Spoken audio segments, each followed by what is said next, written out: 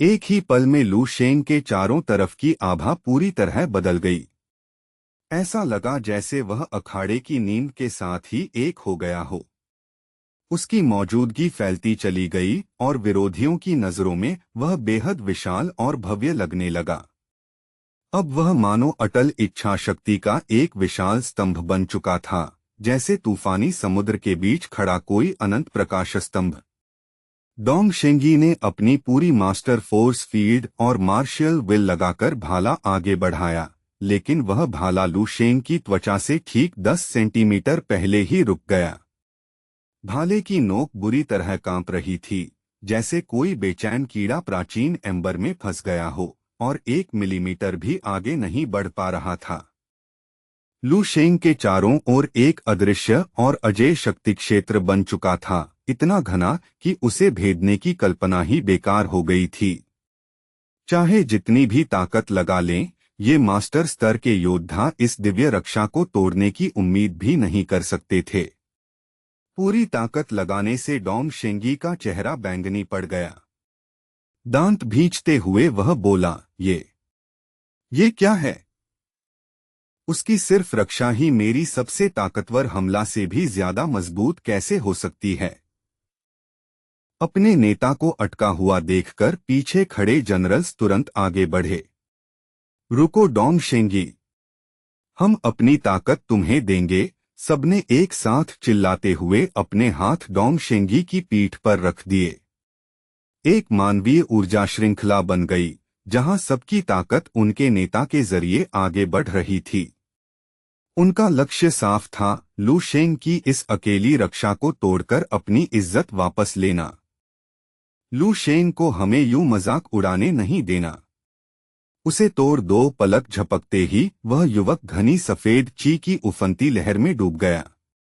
दर्शकों के दिल बैठ गए, कई लोग रेलिंग पर झुक गए, सांस तक थम गई। 100 मास्टर स्तर के जनरल्स का एक साथ हमला, यह तो नामुमकिन माना जाता था। यहां तक कि कोई शिखर ग्रांड मास्टर भी ऐसी ताकत के सामने चूर हो जाता। यह हाथी और चींटियों की कहानी जैसी लगती थी, बस फर्क इतना था कि ये चींटियां नहीं, बल्कि सेना के सबसे बड़े एलीट थे। स्टैंड से उस चकाचौंध भरे विस्फोट को देखते हुए लिन वॉन वन कांपती आवाज में डोंग किंग्स से बोली, मैंने अपनी पूरी जिंदगी में इतने सारे जनरल्स को एक ही इंसान पर हमला करते नहीं देखा। इतनी ताकत के सामने तो शायद कोई मार्शल सेंट ही बच सकता है। बहन, तुम्हें चिंता नहीं हो रही? तुम्हारा रेड बॉय तो अभी सूरज के बीच खड़ा है। वह डर से चौड़ी आंखों के साथ आगे बोली, ये हमारे पूरे सैन्य क्षेत्र के सबसे ताकतवर जनरल्स की संयुक्त और बेताब ताकत है। क्या लू शेंग सच में इतनी सघन तबाही का निशाना बनकर भी बच सकता है? उबलती सफेद रोशनी के ठीक केंद्र में खड़ा लू शेंग बस हल्का सा अपने कंधे झटका देता है। उस छोटे से हिलने से एक भयंकर शॉकवेव चारों ओर फैल गई और 100 से ज्यादा योद्धाओं को उड़ाकर अखाड़े के किनारों तक पटक दिया। जब धूल बैठी, लू शेंग वहीं खड़ा था, जैसे बादलों से निकलता कोई दिव्य सूर्य। उसे जरा सा भी नुकसान नहीं हुआ था। उसकी सैन्य वर्दी पर एक शिकन या धूल का कण तक नहीं था। यह सब उसकी इमॉर्टल सेल्स, 10 ग्रांड मास्टर विल के संगम और 8वें स्तर तक पहुंच चुकी मानसिक शक्ति का परिणाम था। इसके अलावा उसने इमूवेबल विजडम किंग धर्मा की अंतिम रक्षात्मक शक्ति भी सक्रिय कर दी थी, जो उसकी पहले से ही दिग्गज ग्रांड मास्टर फोर्स फील्ड पर परत की तरह चढ़ गई थी। इन दोनों शक्तियों के मेल से उसकी रक्षा ऐसी हो गई थी कि शिखर ग्रांड मास्टर के सबसे केंद्रित हमले भी बस हल्की हवा जैसे लग रहे थे। डोंग शेंगी अपने साथियों की बिखरी हालत को देखता रह गया। उसका दिमाग समझ ही नहीं पा रहा था कि वह क्या देख रहा है। धूल धीरे धीरे छंटने लगी। डोंग शेंगी की आंखों में पागलपन भरी उम्मीद चमकी। क्या हमने उसे गिरा दिया? बताओ कि वह खत्म हो गया। लेकिन जैसे ही हवा साफ हुई, उसका दिल जम गया। लू शेंग सिर्फ खड़ा ही नहीं था, वह अपने शरीर को स्ट्रेच कर रहा था। उसकी मांसपेशियां इतनी फूली कि उसका ऊपरी युद्धक सूट चिथड़ों में फट गया। अब वह सिर्फ काले टाइट अंडरशर्ट में था, जो उसकी देवतुल्य काया को और उभार रही थी। वह आगे बढ़ने लगा। उसकी चाल भारी और लयबद्ध थी, जैसे कोई ड्रैगन चल रहा हो। उसकी आभा ऐसे गूंज रही थी जैसे कोई पर्वत श्रृंखला आगे बढ़ रही हो। युवक ने आलस से हाथ हिलाया, जैसे किसी मक्खी को भगा रहा हो। टूटेहाम जनरल्स को देखकर उसने व्यंग्य भरी आवाज में कहा, बस इतना ही। तुम लोगों की ताकत तो मुझे बस गुदगुदी जैसी लगी। सच कहूं तो खुजली तक नहीं मिटा पाए। यह दृश्य देख रहे सभी लोगों के मन में एक ही सवाल उठा, क्या कोई इंसान एक साथ सबसे तेज भाला और सबसे मजबूत ढाल हो सकता है? पास खड़ा एक अनुभवी पर्यवेक्षक गंभीरता से बोला, हाँ, उसने इस विरोधाभास को हासिल कर लिया है। वह एक ही शरीर में अंतिम भाला और अंतिम ढाल है। बाकी स्टार जनरल्स उसकी मौजूदगी से इतने डरे हुए थे कि अनायास ही पीछे हटने लगे। उनके चेहरे सफेद पड़ चुके थे। उन्होंने अभी अभी अपने 100 साथियों को तिनकों की तरह उड़ते देखा था। यह दृश्य एक मानसिक डरावना सपना जैसा था, जिसने सबके दिल में गहरी बेबसी भर दी। लू शेंग रुका और शांति से 3 उंगलियां हवा में उठाईं। उसकी नजर कांपते हुए डोंग शेंगी पर टिक गई। तैयार हो जाओ, उसने ठंडी आवाज में कहा, अब तीसरा कदम शुरू होता है। लू शेंग की आंखें पतली रेखाओं में सिकुड़ गईं। उसके पैरों के नीचे की मजबूत जमीन जाल की तरह दरकने लगी और लाखों टुकड़ों में टूट गई। उसके पीछे एक विशाल दैत्याकार छाया प्रकट हुई, जिसकी मौजूदगी आसपास की गुरुत्वाकर्षण और फोर्स फील्ड को अराजक भंवर में बदल रही थी। उसके भौहों के बीच इमोर्टल सेल्स चमकने लगे और वहां से शुद्ध क्यूआई की अंधीन धारा फूटने लगी। डोंग शेंगी बुरी तरह पसीने से भीग चुका था। उसकी सांसें टूट रही थीं। ची मैनिफेस्टेशन। लेकिन ये अलग है। वह इतना शक्तिशाली है कि अपनी असली शक्ति को ही शुद्ध ऊर्जा से साकार कर सकता है। अखाड़े के ऊपर खड़ी वह दैत्याकार आकृति ठंडी बर्फ जैसी आंखों से नीचे देख रही थी, मानो चुपचाप पूर्ण विनाश का वादा कर रही हो। उस विशाल आत्मिक आकृति ने धीरे धीरे अपना हाथ हवा में घुमाया।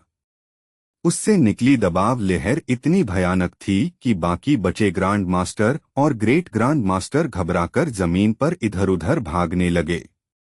उस पल उनकी सारी गरिमा गायब हो गई। ऐसे भय के सामने कोई भी संयम नहीं बचता। पूरे देश में टीवी स्क्रीन के सामने बैठे लाखों दर्शक स्तब्ध होकर चुप रह गए। वीआईपी सीटों में बैठे पूर्वी क्षेत्र के सफेद बालों वाले हाई मार्शल की आंखों में भी एक दुर्लभ चमक आ गई। शुद्ध क्यूआई किसी योद्धा की आत्मा को मापने का अंतिम पैमाना होता है, और लू शेंग का मौजूदा स्तर मानव क्षमता के हर सिद्धांत से ऊपर जा चुका था। किसी ने फुसफुसाया, उसकी बैटल पावर क्या है? 30 स्टार, 50? मापना ही नामुमकिन है। अखाड़े में सुनहरी धूप फैल रही थी और उसके बीच खड़ा वह देवता जैसा युवक साफ चमक रहा था। कई सैन्य जनरल्स तो डर से कांप रहे थे। मैदान में लगभग 300 ग्रांड मास्टर अभी भी मौजूद थे, लेकिन कोई हिलने की हिम्मत नहीं कर रहा था। वे जमीन पर बिखरे पड़े थे, सिर्फ उसकी मौजूदगी के बोझ से ही हार चुके थे। स्टैंड से किसी ने धीरे से कहा, हे भगवान, सभी स्टार जनरल्स निष्क्रिय हो चुके थे। अब महत्वाकांक्षाओं के इस कब्रिस्तान में सिर्फ डोंग शेंगी ही खड़ा था। अचानक लू शेंग गायब हुआ और अगले ही पल डोंग शेंगी के कान के पास प्रकट हो गया। चौथा कदम, उसने फुसफुसाया। डोंग शेंगी को समझ ही नहीं आया कि लू शेंग कब हिला। ऐसा लगा जैसे वह बस एक जगह से गायब होकर दूसरी जगह प्रकट हो गया। उसका दिमाग अभी इस झटके को समझ भी नहीं पाया था कि लू शेंग की मुट्ठी उसके सोलर प्लेक्सस पर जा लगी। उस वार की ताकत इतनी भयानक थी कि डोंग शेंगी अखाड़े की जमीन पर ऐसे उछलता चला गया जैसे पानी पर फिसलता पत्थर। डोंग शेंगी के गले से दर्द की भयावह चीख निकली और उसके मुंह से चमकीला लाल खून फूट पड़ा। वह पत्थर की टाइलों पर लुढ़कता हुआ दूर जा गिरा और आखिर में पेट पकड़कर ढेर बन गया। वह टूटी हुई तीखी सिसकियों में रो रहा था। एक हाथ जेब में डाले लू शेंग आराम से उसकी तरफ चला आया। वह मार्शल सेंट के उत्तराधिकारी के ऊपर खड़ा हो गया। चेहरे पर उकताई हुई निराशा थी। बताओ डोंग शेंगी, अब काफी है या अभी और सबक चाहिए? डोंग शेंगी बस फटी हुई धुंधली आंखों से उसे देखता रहा। इतने दर्द में था कि बोल भी नहीं पा रहा था। डोंग शेंगी ने आखिरी कमजोर खांसी की और फिर टूटी जमीन पर कांपते हुए निश्चल पड़ गया। लू शेंग ने उसे आखिरी ठंडी नजर से देखा और मुड़ गया। लगता है अब तुम सुन नहीं सकते क्या? बेकार स्टैंड में शी होंगक्षी खड़ा हो गया। उसका चेहरा अविश्वास से पीला पड़ गया। एक ही मुक्के में ग्रेट ग्रांड मास्टर को गिरा देना, यह सिर्फ ताकत नहीं थी, यह मुक्केबाजी की चौथी अवस्था है। वह शिखर जो सिर्फ सेंट बनने की कगार पर खड़े लोग ही छू सकते हैं। शी होंगक्षी के पीछे बैठे जनरल्स झुककर उत्सुकता से पूछने लगे, चौथी अवस्था मतलब वह पौराणिक स्तर जहां तकनीक और आत्मा एक हो जाते हैं? शी होंगक्षी फिर बैठ गया। उसकी नजर दूर जाते लू शेंग पर टिकी थी। मैंने सोचा था आज हम बस एक प्रतिभाशाली युवक को मंच दे रहे हैं, लेकिन लगता है हमने गलती से एक किंवदंती के जन्म की अध्यक्षता कर दी। बूढ़े ने अंतिम स्वर में कहा, एक ऐसा ईस्टर्न रीजन स्टार जनरल जो सेना का नेतृत्व कर सकता है और फिर सेंट बनकर आसमान छू सकता है। इसे दर्ज किया जाए। Eastern region martial arts tournament यहीं समाप्त होता है। आगे किसी मुकाबले की जरूरत नहीं। ईस्टर्न मिलिट्री टूर्नामेंट के चौंकाने वाले अंत की खबर पूरे देश के इंटरनेट पर जंगल की आग की तरह फैल गई। लोग अपनी स्क्रीन से चिपके हुए थे, लीक हुई वीडियो और रिपोर्ट पढ़ रहे थे। हेडलाइंस चल रही थीं, लू शेंग ने चैंपियनशिप जीत ली। आधिकारिक सैन्य समाचार ने बस छोटा सा सार जारी किया, लेकिन ड्रैगन कंट्री की सेना में लू शेंग का नाम विस्फोटक बम की तरह फैल रहा था। इसी बीच वैंग मैनर के शांत बागों में बटलर वैंग एक बड़ा और सजावटी चांदी का संदूक लेकर लू शेंग के पास आया। सर, उसने झुककर कहा, जिस उन्नत हथियार का आपने आदेश दिया था उसे मास्टर कारीगरों ने पूरा कर दिया है। कृपया देखिए कि यह आपकी अपेक्षाओं पर खरा उतरता है या नहीं। लू शेंग ने सिर हिलाकर संदूक लिया और भारी कुंडियां खोल दी। ढक्कन खुलते ही भीतर से तेज सुनहरी रोशनी बाहर निकली। लू शेंग की आंखें चमक उठीं। उसने मखमली अस्तर में रखे भारी हथियार को ध्यान से देखा। यह सैन्य इंजीनियरिंग की उत्कृष्ट कृति थी। इसका 90% हिस्सा शुद्ध स्टार मेटल और दुर्लभ धातुओं के मिश्रण से बना था। कई मायनों में यह उसके पुराने स्टार वेपन से भी ज्यादा भयानक था। रैंक 8 हथियार, लू शेंग ने संतुष्ट स्वर में कहा। बहुत बढ़िया काम। बटलर वैंग चुपचाप खड़ा रहा, फिर बोला, सर, जल्द ही पूरी सेना के अभ्यास शुरू होने वाले हैं। मार्शल चाहते हैं कि आप अगले कुछ दिनों में रवाना हो जाएं। आपके लिए एक निजी सैन्य जेट भी तैयार रखा गया है। लू शेंग ने संदूक बंद किया और हाथ हिलाया। जेट की जरूरत नहीं। मैं पहले घर जाऊंगा, परिवार से मिलूंगा, फिर अभ्यास स्थल पर खुद पहुंच जाऊंगा 1-2 दिन पहले। समझ गया, सर, बटलर वैंग ने झुककर कहा। मैं सारी व्यवस्था कर देता हूं। अब आपको परेशान नहीं करूंगा। जैसे ही लू शेंग कमरे में जाने लगा, गलियारे में ली डाई दिखाई दी। रुकिए, सर। लू शेंग, एक पल रुकिए। वह जल्दी से उसके पास आई। उसके चेहरे पर गंभीर दृढ़ता थी। सर, मैं सेंट्रल मिलिट्री डिस्ट्रिक्ट टूर्नामेंट में आपके साथ जाना चाहती हूँ। उस दौरान मैं आपकी निजी सहायक बनकर सेवा करना चाहती हूँ। लू शेंग ने उसे देखा। उसका शांत और पेशेवर व्यवहार उसे साफ दिख रहा था। मन ही मन उसने सोचा, लो फिर शुरू हो गया। देखते हैं इस बार कौन सा खेल है। फिर बोला, ठीक है, तुम साथ चल सकती हो।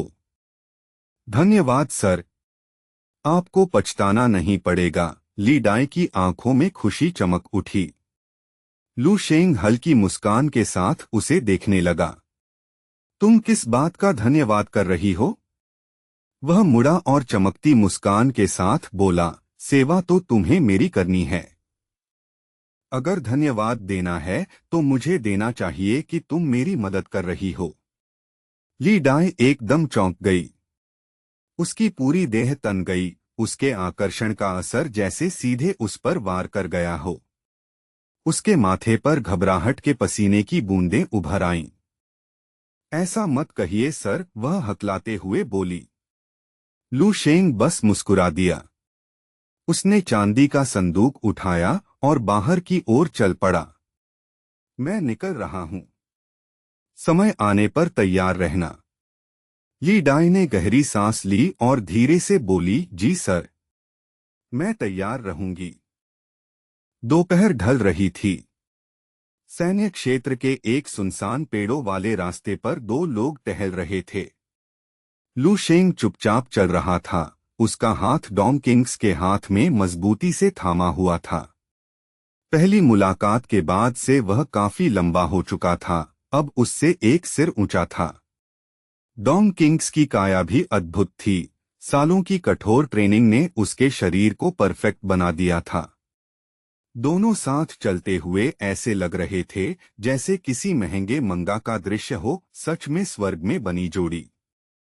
सभी सैन्य जिलों के अभ्यास शुरू होने से पहले मैं घर जा रहा हूं, लू शेंग ने कहा। क्या तुम मेरे साथ चलकर मेरे परिवार से मिलना चाहोगी? डॉम किंग्स रुक गई। कुछ पल चुप रही, फिर हल्का सा सिर हिलाया। शायद नहीं, लू शेंग। क्योंकि तुमने डोंग शेंगी की कल्टीवेशन लगभग नष्ट कर दी है। मेरे परिवार को खबर मिल चुकी है। मुझे वापस जाकर यह सब संभालना होगा। सच्चाई यह थी कि डोंग शेंगी पूरी तरह टूट चुका था। मार्शल सेंट का उत्तराधिकारी और दशकों से छुपा प्रतिभाशाली योद्धा, उसे दुनिया की सीमाएं परखनी थीं। लेकिन लू शेंग ने उसकी पूरी भविष्य की राह वहीं खत्म कर दी। क्या तुम्हें चाहिए कि मैं तुम्हारे साथ चलूं? लू शेंग ने नरम स्वर में पूछा। अंदर से वह जानता था, डोंग शेंगी का पतन जरूरी था। वह आदमी जरूरत से ज्यादा घमंडी हो चुका था, खुद को भगवान समझ बैठा था। लू शेंग ने अपनी सोच समझाते हुए कहा, अगर वह मुझसे नहीं भी भिड़ता तो किस्मत उसे किसी और ज्यादा ताकतवर दुश्मन से जरूर टकरा देती। उस लड़ाई में शायद वह अपनी जान ही गंवा देता। मैंने अभी उसकी राह तोड़ी है, लेकिन इससे उसे मौका मिला है। अगर उसमें सच में हिम्मत है तो वह नई राह बनाकर फिर खड़ा हो सकता है और शायद पहले से बेहतर योद्धा बने। डोंग किंग्स चुपचाप सुनती रही। कुछ देर बाद उसने आह भरी। सच कहूं तो तुम्हारी सोच की गहराई मैं पूरी तरह नहीं समझती, लेकिन मैं तुम्हारा संदेश उसे ज्यों का त्यों पहुंचा दूंगी। लू शेंग ने सिर हिलाया। फिर अचानक उसे कुछ याद आया और हंसते हुए सिर खुजाने लगा। ओह हाँ, आने वाले अभ्यास में शायद तुम्हारे भाई डोंग पोशन से भी मुलाकात हो जाए।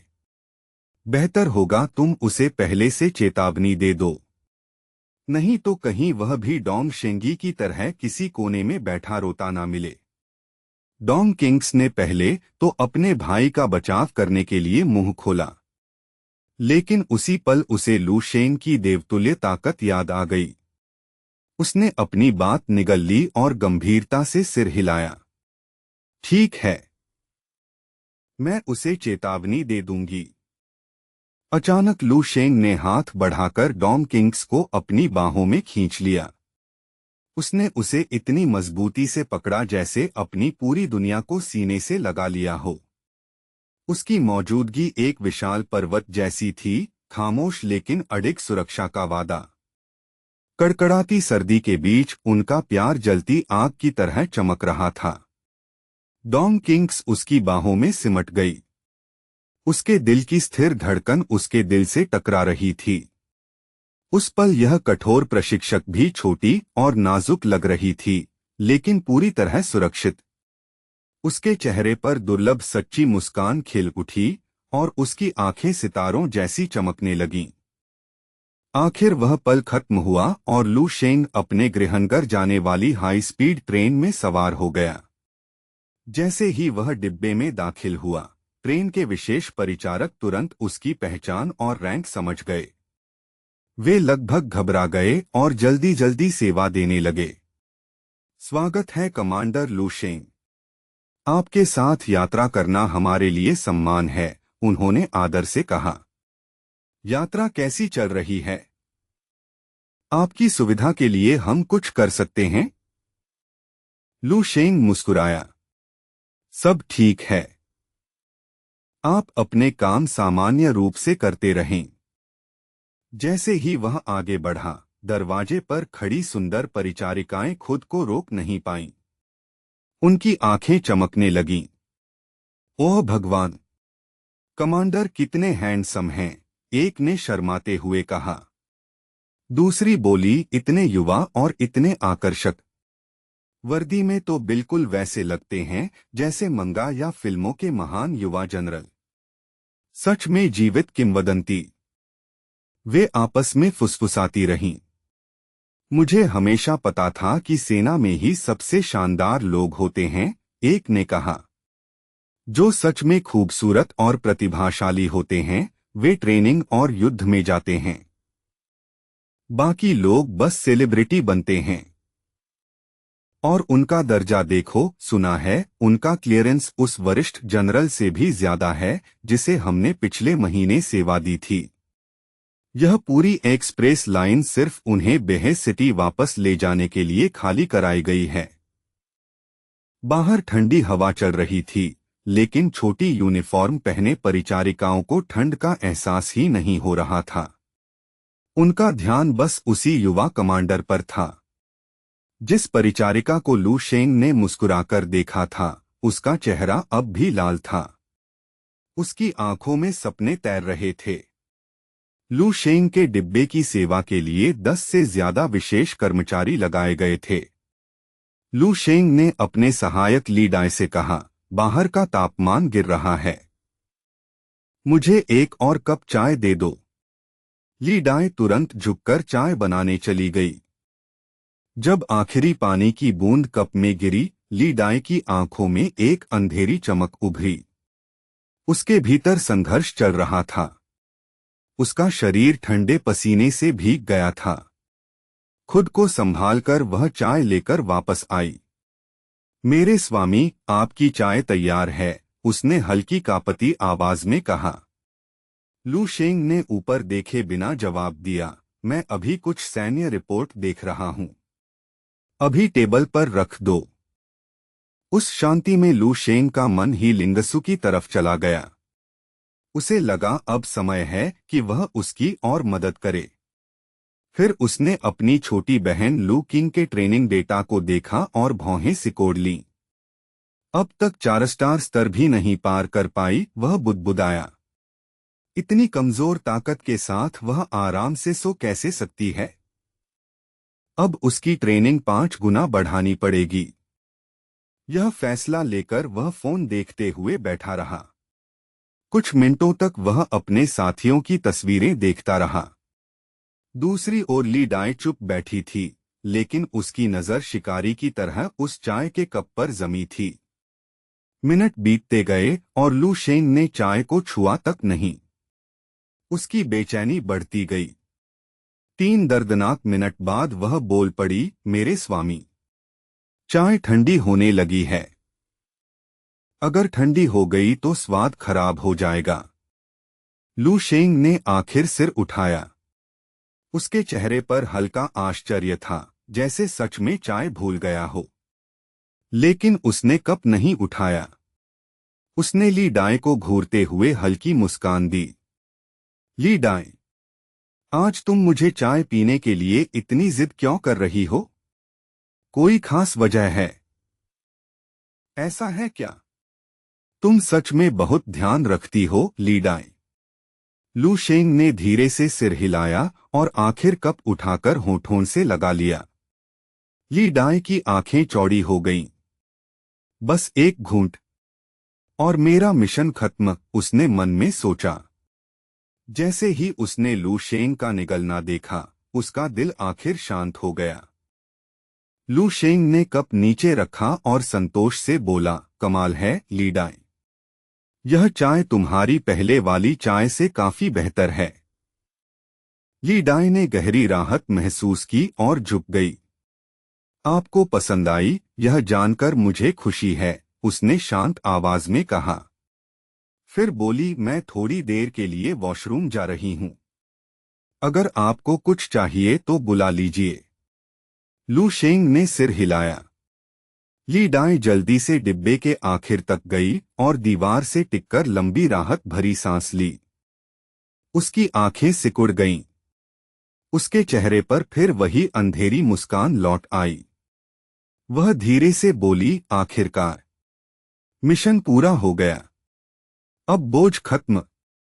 यह कोई साधारण जहर नहीं था। यह लेवल 9 के एक दुर्लभ जानवर से निकाला गया खास जेनेटिक पॉइजन था। ग्रैंड मास्टर के शिखर पर खड़ा कोई भी योद्धा इसकी घातक असर को 1 मिनट से ज्यादा सह ही नहीं सकता था। यह भले ही तुरंत किसी लेवल 9 मार्शियल सेंट को मारने की ताकत न रखता हो, लेकिन इसका असली मकसद था उनके शरीर की जीवन शक्ति को अंदर से तबाह कर देना। ऐसा नुकसान जो कभी ठीक न हो सके और पूरी जिंदगी उन्हें कमजोर और अपंग बनाकर रखे। उस रहस्यमयी आदमी की तस्वीरें, जिसने उसे यह काम सौंपा था, ली डाई के दिमाग में बार बार चमकने लगीं। अब हर कदम उसके लिए पहले से हल्का लग रहा था, जैसे उसकी पुरानी जिंदगी का बोझ उतरता जा रहा हो। बस 1 मिनट और, उसने खुद से धीरे से कहा, फिर मैं आजाद हो जाऊंगी। आखिरकार इस घुटन भरी सैन्य जिंदगी से निकलकर कहीं दूर जा सकूंगी। ऐसी जगह जहां कोई मेरा नाम तक न जानता हो। मैं बिल्कुल नई जिंदगी शुरू करूंगी, उसने सोचा और उसका मूड अजीब सी खुशी से भर गया।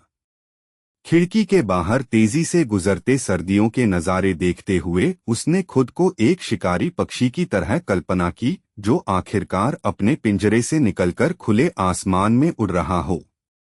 कुछ ही देर में ली डाई डिब्बे के आखिर में लगे भारी दरवाजे तक पहुंच गई और ठंडे धातु के हैंडल को पकड़ने के लिए हाथ बढ़ाया।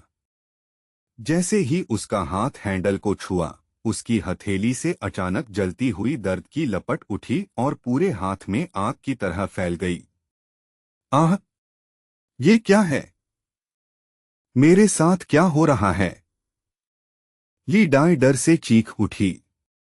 उसके हाथ की त्वचा के रोम छिद्रों से काला, जहरीला धुआं निकलने लगा। तभी उसके पीछे से लू शेंग की शांत और मधुर आवाज आई, जैसे बर्फ की धार सीधे उसके दिमाग में उतर गई हो। अजीब सा एहसास है ना? इसे मैं मेंटल इल्यूजन कहता हूँ। एक छोटी सी तकनीक जिसे मैं हाल में सुधार रहा हूँ। उसी पल ली डाई को डर से झटका लगा। लू शेंग ठीक उसके पीछे खड़ा था। वह शांति से वही जहरीली चाय उसके हाथ की पीठ पर डाल रहा था और उसके असर को ठंडे दिमाग से देख रहा था। एक ही पल में ली डाई की आत्मा के अंदर से गहरा डर फूट पड़ा। उसका शरीर सुन्न हो गया और सिर में जैसे 1000 सुइयां चुभने लगीं। मेरे स्वामी, वह हांफते हुए बोली। उसे समझ आ गया कि अब कुछ भी करने का फायदा नहीं। वह तुरंत जमीन पर गिर गई और तेजी से सिर झुकाकर बार बार जमीन पर माथा टेकने लगी। मेरे स्वामी की मार्शल आर्ट्स सच में दिव्य हैं। आज इस दासी की समझ से कहीं ज्यादा दुनिया खुल गई। लू शेंग हल्का सा हंसा और हाथ फैलाया। उसकी हथेली में करीब 4 सेंटीमीटर ऊंची एक छोटी कांच की शीशी प्रकट हो गई।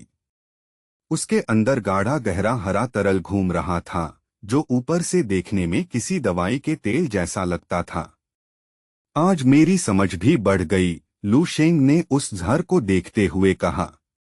मैंने नहीं सोचा था कि सिर्फ 300 साल पुराने इस मार्शल वर्ल्ड में लेवल 9 की इतनी खतरनाक दवा भी मिल सकती है। सोचो, ऐसा जहर जो लेवल 9 मार्शल सेंट को भी गिरा सकता है। सेंट स्लेयर ऑयल, नाम भी काफी सही रखा है।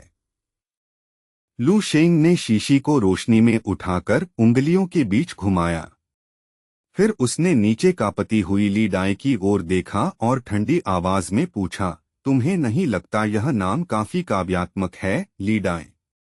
ली डाई ने सिर उठाने की भी हिम्मत नहीं की। जब उसने वही जहर लू शेंग के हाथ में देखा तो उसकी आखिरी हिम्मत भी टूट गई। उसका चेहरा पूरी निराशा से भर गया और आंखों में आंसू आ गए।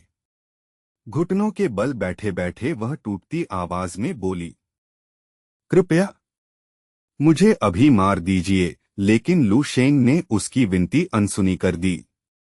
उसने हल्के से हाथ हिलाया और उसके शरीर से निकलती भारी ची पूरे ट्रेन डिब्बे में फैल गई, जैसे हवा ही रुक गई हो।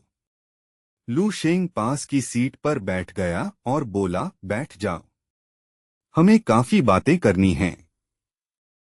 जमीन पर बैठे इंसान से बात करना मुझे उबाऊ लगता है। ली डाई अभी भी घुटनों पर जमी रही। यह दासी आपकी मौजूदगी में बैठने की हिम्मत नहीं करेगी, वह कांपते हुए बोली। आप जो पूछना चाहते हैं मैं सब बता दूंगी, कुछ नहीं छुपाऊंगी। मैं आपको सब बताऊंगी। लेकिन वह बात पूरी करती उससे पहले ही लू शेंग ने बीच में रोक दिया। उसकी नजर तलवार जैसी तेज हो गई। यह पूरा खेल एक्सट्रीम मार्शल हॉल के प्रतिनिधि ने रचा था और वही तुम्हें यह जहर देकर भेजा था, है ना? ली डाई ने ऊपर देखा। उसकी आंखें सदमे से फैल गईं। आपको पहले से पता था? कब से? लू शेंग ने मानसिक शक्ति से जहर की शीशी को हवा में तैरने दिया। वह आराम से हाथ बांधकर बैठ गया। करीब आधा महीना हो गया, उसने कहा। लेकिन असली सवाल यह है, उन्होंने तुम्हें कितना लालच दिया कि तुमने इतना बड़ा जोखिम उठाया? लू शेंग सच में उत्सुक था। वह जानता था कि वफादारी हमेशा दृष्टिकोण पर निर्भर करती है। वह इस समय ईस्टर्न डिस्ट्रिक्ट का सबसे चमकता हुआ उभरता सितारा था, ऐसा आदमी जो सेना की सबसे ऊंची सत्ता तक पहुंच सकता था। फिर भी लियनसू जैसी पागल औरत ने आखिर ऐसा क्या दिया कि ली डाई उसके खिलाफ हो गई? लू शेंग का ठंडा सवाल सुनकर ली डाई के चेहरे पर जटिल भाव उभर आए। उसे गहरी हार का एहसास हो रहा था। उन्होंने इतने समय तक छुपकर योजना बनाई, लेकिन लू शेंग को सब पहले से पता था। अब उसे वह इंसान नहीं लग रहा था, बल्कि कोई देवता या भूत। ठंडे पसीने में भीगी हुई ली डाई हकलाते हुए बोली, जरा। एक पल फिर उसने धीरे से कहा, उन्होंने मुझे 5 अरब से ज्यादा देने का वादा किया था। यह रकम सुनकर लू शेंग की भौं हल्की उठ गई। तो उनकी नजर में मेरी जान कम से कम 5 अरब की है। उसकी आवाज में गुस्सा नहीं था। उसने हवा में तैरती शीशी की ओर देखा और पूछा, और यह जहर भी काफी महंगा होगा, सही? ली डाई तुरंत बोली, एक बूंद की कीमत 500 मिलियन है। इस बोतल में कम से कम 15 बूंदें हैं। अच्छा, तो उन्होंने निवेश करने में कोई कसर नहीं छोड़ी। लू शेंग हल्का मुस्कुराया। उसे अजीब सा संतोष महसूस हुआ। मेरे जैसे आदमी को खत्म करने के लिए इतनी बड़ी कीमत देना, यह तो सम्मान की बात है। फिर वह थोड़ा आगे झुका। अब बताओ, अपने बचाव में और कुछ कहना है? ली डाई बार बार सिर झुकाकर जमीन पर माथा मारने लगी। इनाम बड़ा था, लेकिन असली वजह वह नहीं थी। वह रोते हुए बोली, असल में मेरे पास खोने के लिए कुछ भी नहीं था। लू शेंग कुछ पल चुप हो गया। उसे याद आया ली डाई ने कभी बताया था कि उसके माता पिता मर चुके हैं और उसका इस दुनिया में कोई अपना नहीं। वह जिंदा लोगों के बीच जीती हुई एक भूत जैसी थी। मुझे पता है मेरे पाप माफ नहीं हो सकते, वह रोती रही। बस मुझे सेना के पास मत भेजिए, मुझे यहीं मार दीजिए। मेरी मौत ही मेरे विश्वासघात की सजा हो। लू शेंग की आंखों में हल्की चमक उभरी, उसकी मानसिक शक्ति सक्रिय हो चुकी थी। मैं तुम्हें नहीं मारूंगा, ली डाई, उसने धीमी लेकिन अजीब सम्मोहक आवाज में कहा। और तुम्हें सेना को भी नहीं सौंपूंगा। इसके बजाय तुम्हें मेरे लिए एक काम करना होगा। यही तुम्हारा प्रायश्चित होगा। ली डाई ने अविश्वास से सिर उठाया। लू शेंग उसके कान के पास झुका और धीरे से कुछ निर्देश दिए। उसका चेहरा पहले पीला पड़ गया, फिर धीरे धीरे कठोर हो गया। आखिर उसने गंभीरता से सिर हिला दिया। जी, जैसा आप कहेंगे। कुछ देर बाद ट्रेन की तेज सीटी हवा में गूंजी और भारी मशीन धीरे धीरे स्टेशन पर रुकने लगी। मुख्य परिचारिका और 8 अन्य सुंदर कर्मचारियों ने स्टेशन के प्रवेश पर 2 सीधी कतारों में खड़े होकर आने वाले सम्मानित यात्री का स्वागत करने की तैयारी कर ली। साफ सुथरी सैन्य वर्दी पहने एक बेहद आकर्षक युवक ट्रेन से उतरकर प्लेटफॉर्म पर आया। तुरंत कई मधुर महिला आवाजें एक साथ गूंजी, आपकी यात्रा शुभ हो चीफ। आपकी सेवा करना हमारे लिए सम्मान था। लू शेंग ने एक हाथ जेब में रखा और ठंडी शांत मुद्रा में भीड़ के बीच से निकल गया। लोगों की नजरें लगातार उसी पर टिक रही थीं। भीड़ के बीच एक आदमी काले कपड़ों में छुपा खड़ा था, वही जिसने ली डाई को आदेश दिया था। जब उसने लू शेंग को पूरी तरह सुरक्षित बाहर निकलते देखा तो वह दांत पीसने लगा। धत्त तेरे की, वह कमीना अभी भी जिंदा कैसे है? फिर उसने गुस्से से ली डाई की ओर देखा। ली डाई, अंदर क्या हुआ? वह मरा क्यों नहीं? इतना सब होने के बाद भी वह जिंदा कैसे है? ली डाई ने सिर झुकाए झुकाए जवाब दिया, मुझे सही मौका नहीं मिला। बिना पकड़े जहर देने का। मध्य उम्र का आदमी चिढ़ गया। तो फिर मुझे यहां क्यों बुलाया? उसके पीछे क्यों नहीं गई? ली डाई ने सिर उठाया। उसकी आंखें ठंडी हो चुकी थीं। वह बोली, क्योंकि मेरे स्वामी ने कहा। आज मुझे तुम्हारी मदद से एक काम करना है। हम दोनों आज साथ मरेंगे। आदमी समझ पाता उससे पहले ही ली डाई उस पर झपट पड़ी। उसने उसे कसकर पकड़ लिया और दोनों को प्लेटफॉर्म से धक्का देकर हाई स्पीड ट्रेन की पटरी पर गिरा दिया। सब कुछ इतनी तेजी से हुआ कि आदमी बचाव भी नहीं कर पाया। वह चीख उठा, पागल औरत, मुझे छोड़ो। उसी समय तेज रफ्तार ट्रेन की भयानक गर्जना सुनाई दी। ली डाई की फैली हुई आंखों में सफेद हाई स्पीड ट्रेन का प्रतिबिंब तेजी से बड़ा होता जा रहा था। उसने घबराए आदमी की तरफ देखा और शांत स्वर में बोली, मैंने कहा था हम साथ मरेंगे। अब सब खत्म।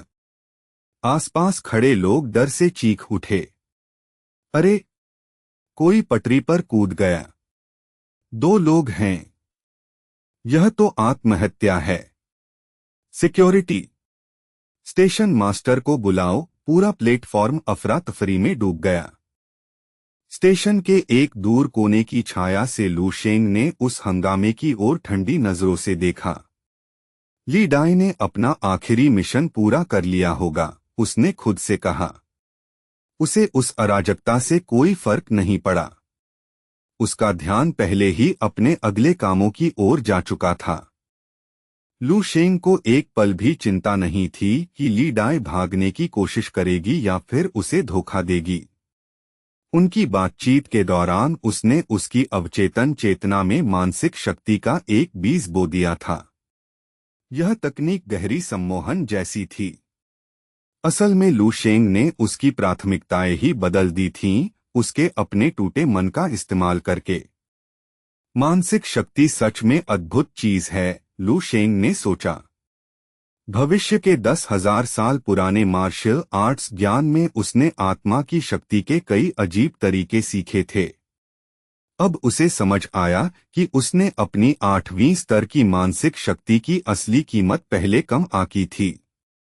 अगर वह इन तकनीकों को पूरी तरह जोड़ दे तो उसकी लड़ाई की क्षमता कई गुना बढ़ सकती है।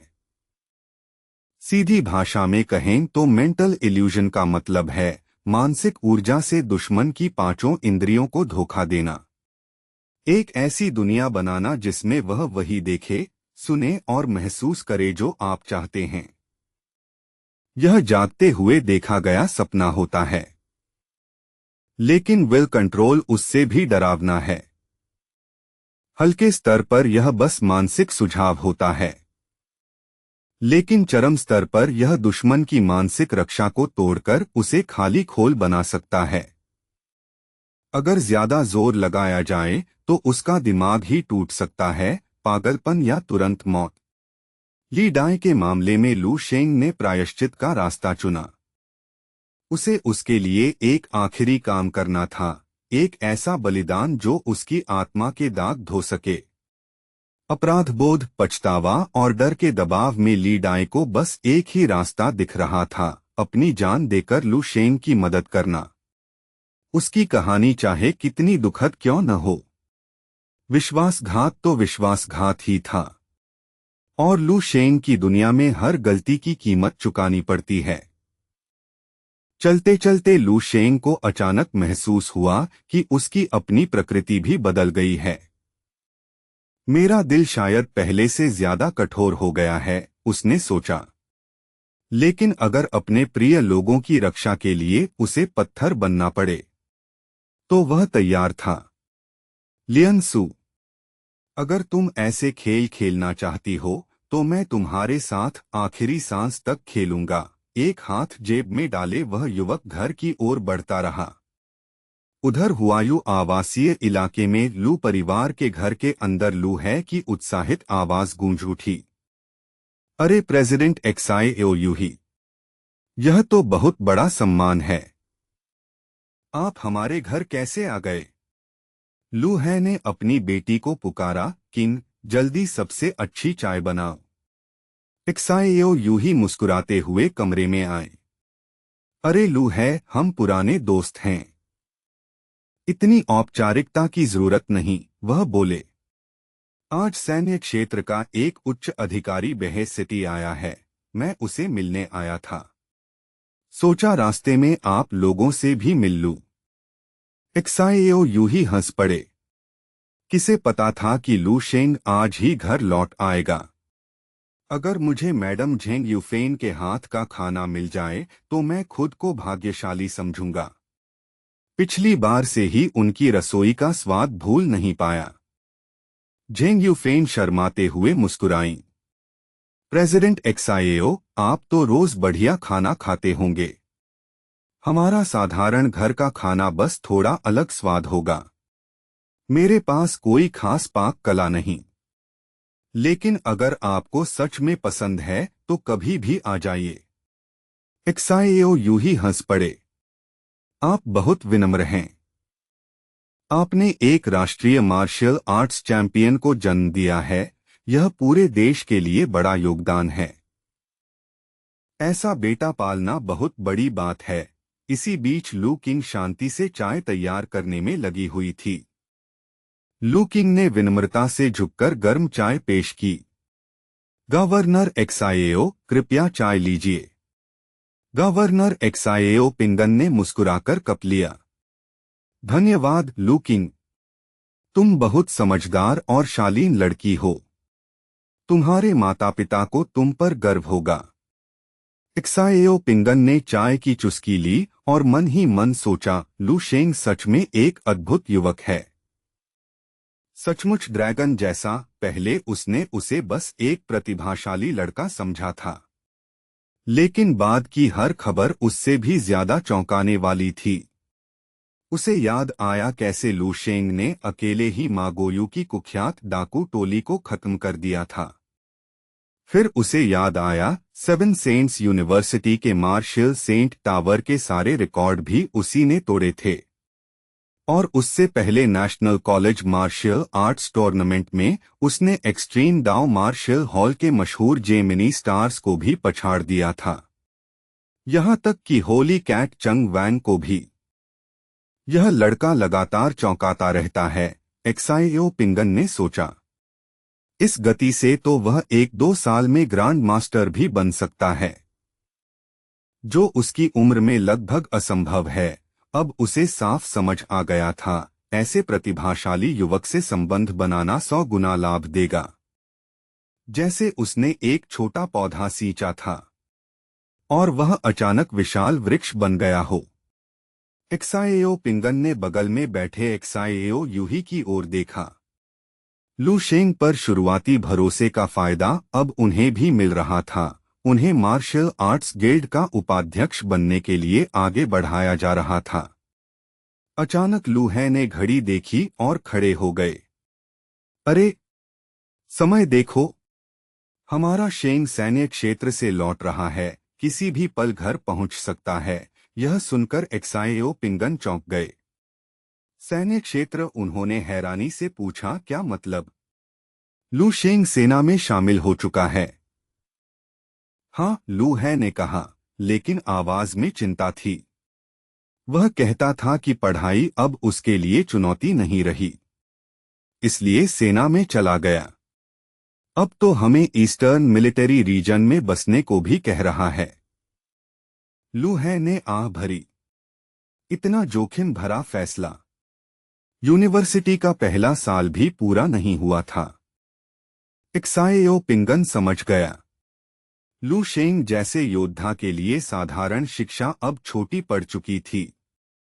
सच्ची ताकत के लिए असली युद्धभूमि ही जरूरी होती है। वह मुस्कुराया, अगर वह अपने परिवार को सैन्य क्षेत्र में ले जा सकता है, तो इसका मतलब है कि उसकी स्थिति काफी ऊंची है। यह लड़का सच में समुद्र पा चुका ड्रैगन है। कुछ देर तक वे सामान्य बातों पर चर्चा करते रहे, जैसे पड़ोसियों की तरह। तभी बाहर कार का तेज हॉर्न बजा। एक्साएओ पिंगन तुरंत पहचान गए। यह आवाज मैं पहचानता हूं। उनके चेहरे पर गंभीरता आ गई। लगता है ईस्टर्न निंग प्रोविंस के एक मेजर जनरल आए हैं, उन्होंने कहा। मुझे जाकर उनका स्वागत करना होगा। लू है भी उठ गए। हम भी चलेंगे। किसी अधिकारी को दरवाजे पर इंतजार नहीं करवा सकते। बाहर सड़क का नजारा पूरी तरह बदल चुका था। लाल कालीन बिछा हुआ था और दोनों तरफ काले सूट वाले बॉडीगार्ड खड़े थे। उनकी मुद्रा लोहे की तरह कठोर थी और आंखें चारों ओर चौकन्नी थीं। पड़ोसी खिड़कियों से झांक रहे थे। तभी एक भारी सैन्य वाहन लाल कालीन के पास आकर रुका। उसकी धीमी गूंज ने माहौल और भी गंभीर बना दिया। जनरल लैन हमेशा ऐसे ही आते हैं, एक्साएओ पिंगन ने हल्की मुस्कान के साथ कहा। लू है यह सब देखकर दंग रह गए। मैंने कभी इतना बड़ा स्वागत नहीं देखा। एक अधिकारी आगे बढ़ा और कार का पिछला दरवाजा खोला। एक मेजर जनरल की वर्दी पहने आदमी बाहर उतरा, उसके पदक धूप में चमक रहे थे। वह जनरल लैन थे। एक्साएओ पिंगन खुशी से मुस्कुराए और उनका स्वागत करने आगे बढ़े। लेकिन जैसे ही वह हाथ मिलाने आगे बढ़े, जनरल लैन ने तुरंत हाथ उठाकर उन्हें रोक दिया। रुकिए, आवाज धीमी रखें, दूरी बनाए रखें, उन्होंने फुसफुसाकर कहा। एक्साएओ पिंगन चौंक गए। फिर जनरल लैन तुरंत एक तरफ हट गए, सम्मान से झुक गए और कार का दरवाजा ऐसे पकड़ा जैसे अंदर कोई राजा बैठा हो। जनरल, हम पहुंच गए, लैन ने गाड़ी के अंदर बैठे व्यक्ति से धीरे से कहा। एक्साएओ पिंगन का दिल जोर से धड़कने लगा। क्या इस कार में जनरल लैन से भी ऊंचे पद का कोई व्यक्ति है? उसके दिमाग में सैन्य पदों की पूरी सूची घूमने लगी। इतना बड़ा अधिकारी किसी रिहायशी इलाके में क्यों आएगा? यह तो बेहद अजीब है, पहले कभी नहीं हुआ। एक्साएओ पिंगन ने तुरंत इशारा किया कि लू शेंग के माता पिता और बहन अंदर चले जाएं। कोई बहुत बड़ा व्यक्ति आया है, उसने जल्दी से फुसफुसाया। आप लोग अभी अंदर चले जाइए। नियम के अनुसार मुझे लाइन में खड़े होकर उनका स्वागत करना होगा। लू है ने सिर हिलाया। ठीक है, हम सरकारी काम में बाधा नहीं बनेंगे। फिर उसने अपनी पत्नी और बेटी को दरवाजे की ओर धीरे से बढ़ाया। चलो अंदर चलते हैं। हमें सेना के अधिकारियों के स्वागत में दखल नहीं देना चाहिए, लू है ने धीरे से कहा। बस अफसोस है कि हमारा शेंग अभी तक घर नहीं पहुंचा। लेकिन लू किंग तुरंत अंदर नहीं गई। वह दरवाजे के पास खड़ी दूसरी गाड़ी को देखती रही। जैसे ही एक लंबा व्यक्ति बाहर उतरा, उसकी नजर उस आदमी की चाल और पैरों पर पड़ी जो उसे बेहद परिचित लगे। उसकी सांस अटक गई और दिल में एक अजीब उम्मीद जाग उठी। अगले ही पल रहस्य खुल गया। रोशनी में पूरी तरह सामने आते ही वह व्यक्ति साफ दिखा। वह लू शेंग था। सैन्य वर्दी में उसकी मौजूदगी पहले से बिल्कुल अलग लग रही थी, जैसे वह वही लड़का नहीं रहा जिसने कभी इसी गली में चलना सीखा था। लू किंग का दिल खुशी से उछल पड़ा। उसे लगा जैसे उसने लॉटरी जीत ली हो। जैसे ही उसने पुष्टि की कि वह सच में उसका बड़ा भाई है, वह तुरंत पिता की पकड़ से छूटकर दौड़ पड़ी। उसके सामने आकर वह रुक गई और चमकती आंखों से बोली, भैया, सच में आप ही हो? उसकी आवाज उत्साह से भर गई। इस यूनिफॉर्म में आप कितने हैंडसम लग रहे हो, किसी फिल्म स्टार से भी ज्यादा कूल। अरे शरारती, लू शेंग मुस्कुराया। उसने प्यार से लू किंग के सिर पर हाथ फेरा। जब मैं दूर था तब तुम काफी बड़ी हो गई हो। अब तो पूरी जवान लड़की लग रही हो। लू किंग का चेहरा लाल हो गया और वह खुश होकर उसके पास सिमट गई। अब उसकी लंबाई करीब 1.7 मीटर हो चुकी थी और उसमें एक अलग ही आत्मविश्वास दिख रहा था। लू शेंग को अचानक अपने बचपन की वह दुबली तली मासूम लड़की याद आ गई। समय सच में कितनी तेजी से बदल जाता है। बरामदे में खड़े लूहे का मुंह खुला रह गया। वह अपने बेटे और सामने खड़े उच्च अधिकारी की छवि को मिलाने की कोशिश कर रहे थे।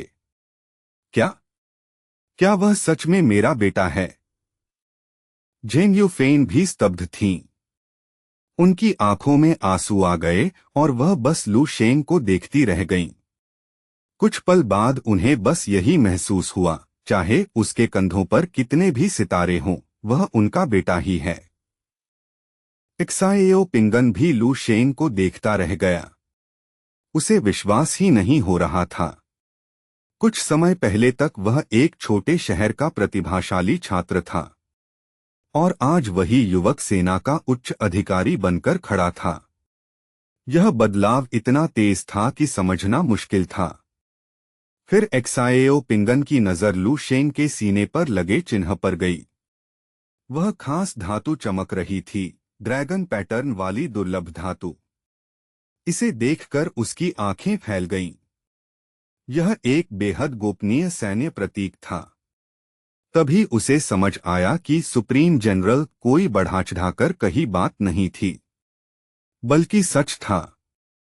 एक्साएओ पिंगन तुरंत सीधा खड़ा हो गया और सख्त सैन्य सलाम किया। उसकी आवाज गूंज उठी, ईस्टर्न निंग प्रोविंस के गवर्नर एक्साएओ पिंगन मिलिट्री रीजन के सुप्रीम जनरल लू शेंग से मिलने की अनुमति चाहते हैं। उसकी आवाज में कोई राजनीतिक चालाकी नहीं थी, सिर्फ सच्चा सम्मान था। हालांकि एक्साएओ पिंगन खुद मार्शल दाओ ग्रांड मास्टर था, फिर भी लू शेंग की साधारण सी नजर ने उसके मन को हिला दिया। लू शेंग को अपनी आभा छोड़ने की भी जरूरत नहीं थी, उसकी मौजूदगी ही भारी लग रही थी। लू शेंग ने शांत चेहरे से सिर हिलाया। गवर्नर एक्साएओ, काफी समय हो गया। आशा है आप ठीक होंगे, लू शेंग ने आगे कहा, और सबसे जरूरी बात, मेरी अनुपस्थिति में आपने मेरे परिवार का ख्याल रखा, उसके लिए धन्यवाद। एक्साएओ पिंगन ने तुरंत हाथ नीचे किया। यह तो मेरा कर्तव्य था जनरल। बाहर कड़ाके की ठंड थी, लेकिन लू शेंग को जैसे कोई फर्क नहीं पड़ रहा था। उसने घर की ओर इशारा किया, अंदर चलिए गवर्नर। ठंड में खड़े होकर बात करना ठीक नहीं। एक्साएओ पिंगन तुरंत हाथ हिलाकर बोला, नहीं नहीं, मैं ऐसा कैसे कर सकता हूं। वह मुस्कुराया। जनरल लू, आप अभी अभी लंबी यात्रा से लौटे हैं। परिवार से मिलना सबसे महत्वपूर्ण होता है। मैं किसी और दिन आऊंगा। वह समझता था कि अब इस शहर में लू शेंग का शब्द ही अंतिम कानून है। लू शेंग ने जोर नहीं दिया और सिर हिला दिया। ठीक है, आपकी सोच समझदारी भरी है जनरल लैंड, जल्द ही आपको चाय के लिए बुलाऊंगा। एक्साएओ पिंगन झुक गया। हम अवश्य आएंगे जनरल। उधर लू किंग खुशी से लू शेंग की बाह पकड़े खड़ी थी।